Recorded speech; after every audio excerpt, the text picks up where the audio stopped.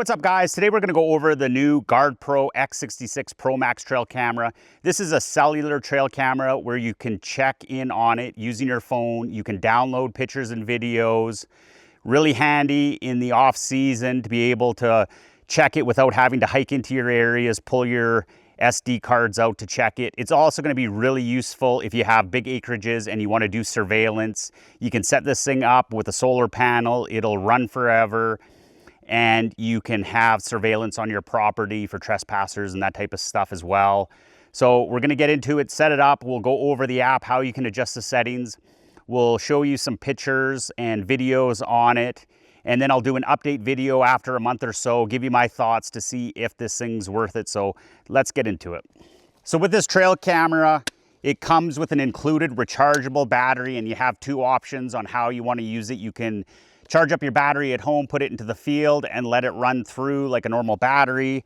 Or you can get a solar panel if you want to set this thing up, and it's going to continually charge that battery so you can leave it up for a long time without worrying about having battery issues on it. It has a SD card. I got 64 gigs here for it. Should be more than enough, especially since you can access it from home on your app and delete pictures and videos as needed. I also got their security box with it. Two reasons. First thing off is trail cameras get stolen a lot of times, so it's nice having that security where you can put a lock on it and don't have to worry about someone stealing it. And the second thing is we have a lot of bears in the area that like chewing on trail cameras, so it's a little extra protection for your trail camera getting this metal security guard for it. So we found our suitable spot that we wanted to set up our trail camera, and we're going to screw our security box onto our tree here.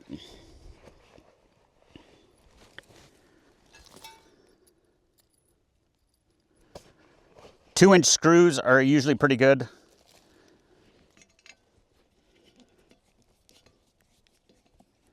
Now that we've got our security box screwed to the tree where we want it, we're going to install the antenna for it. So on the bottom of the unit, we got input for power. I'm going to hook it up with a solar panel here. So we just want to take that little rubber seal, turn it off to the side here, put our camera in the box, put our cover on, and we can get our solar panel, which has a long cord on it, so you don't have to have it exactly in the same tree if you want. I like setting my cameras up facing north. That way those early and late pictures don't get blown out by the sun facing south. But you want your solar panel facing south where it's gonna get the most amount of sun in it. So it's nice that it's got a really long cable on it.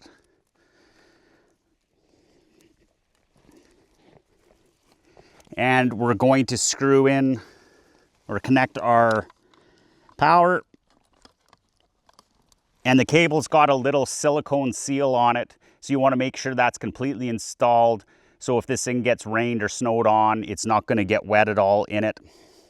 We'll take the base of the solar panel, and actually this is a pretty good spot here on the same tree, and we can install this with 3 screws.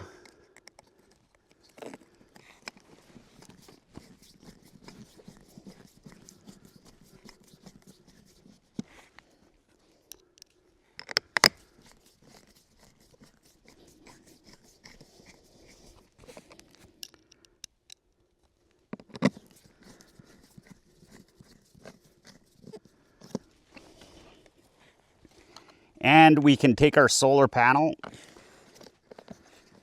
and that gets screwed onto the base just with a thumb screw.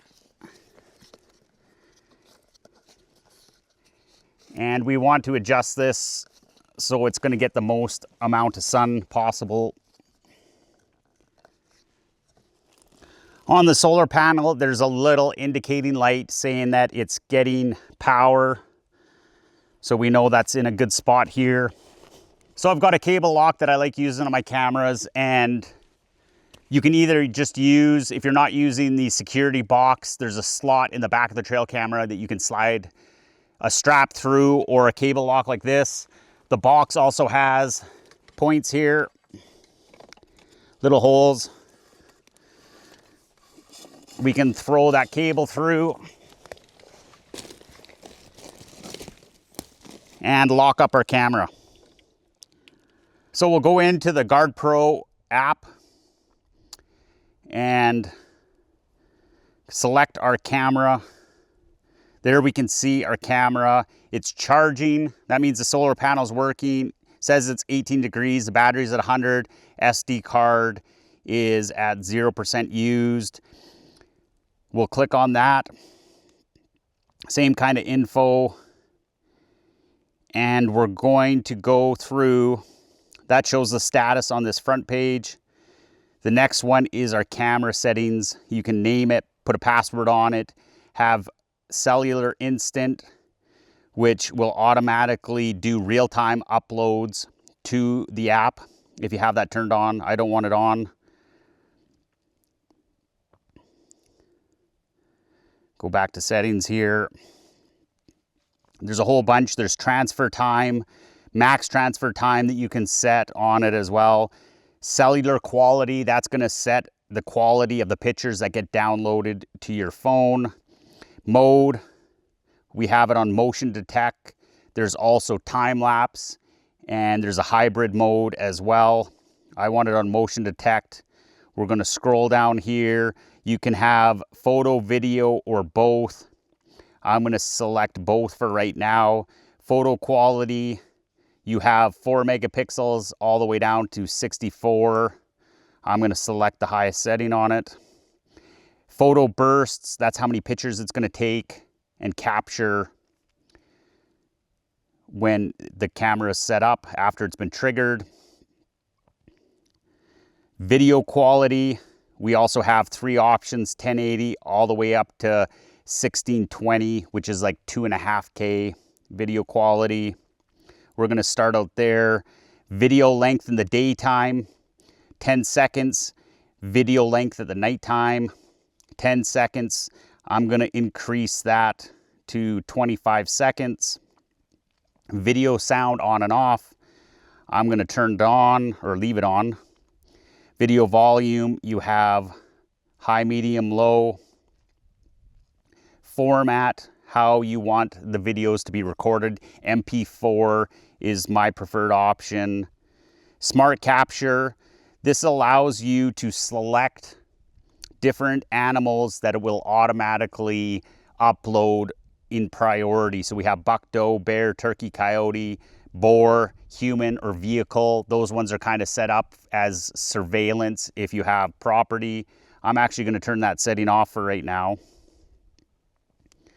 Scroll back down. Detection delay, how long it takes for the camera to start recording after the motion sensors are triggered. I'm going to go down to 3 seconds. The sensitivity of it, you can read there, temperature affects the sensitivity. So it's set on medium. I don't have a lot of debris that's going to cause false triggers because we've removed it. So medium or high works. If you have a really thick area that you're going to get a lot of false triggers, go ahead, put that down on low. Side sensors are on. Loop recording. This setting is if the memory card gets full, it will keep recording and record over the oldest stuff on it. Operation hours. This is a really nice feature. You can set the time at which the camera will be on. So if you don't want it on during the day and only at night, you can set the time in there where it will be active. GPS intervals. This thing has a built-in GPS, so you can track your camera. So if you have a whole bunch of cameras out, you can find it on a map and go to your trail cameras. If it gets stolen and the person has it on, you can see where it has been moved to. And that is every day, every 3 days or 7 days. I'm just gonna have it on for every 3 days. Formats, and there we go. Those are the basic settings for it. And you can see it's already updated the location where the trail camera is on. Saying there's a new version that could be uploaded. I'm not going to do that right now. I'll do that at another time.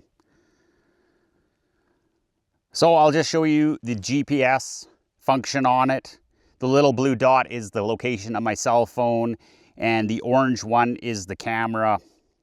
So it gives you a pretty good estimation on where your camera is. I don't know how accurate it is. It probably looks like it's maybe 5 yards, 10 yards off at the most. So that's a really nice feature of it. So one of the cool features of this cell phone trail camera is the ability to do live view. In the bottom left-hand corner here, hit the live button, hit the play button. Now it's going to connect to the phone through the cellular network, and you can see here I'm on the video. I can see my trail camera. Really good if you have using this for a security camera on your property. And with cell phone wireless trail cameras for hunting, be really careful and know the regulations in your province and state, whether you're allowed to use this. A lot don't during hunting season, or you're not allowed to use these live view type things during hunting season. Here in British Columbia, the law on wireless cell phone cameras or trail cameras right now is you're not allowed to use them for hunting from August 1st to December 10th. So really know the regulations in your area so you don't get in any trouble. But it's a really cool feature that you can go in and log in and see the live feed on actually what's going on at your trail camera setup here. So really cool feature. So that's the basic setup of how to use the app, get your trail camera ready to use and working. I'll put up some pictures and videos of what I get in the trail camera for the first week here.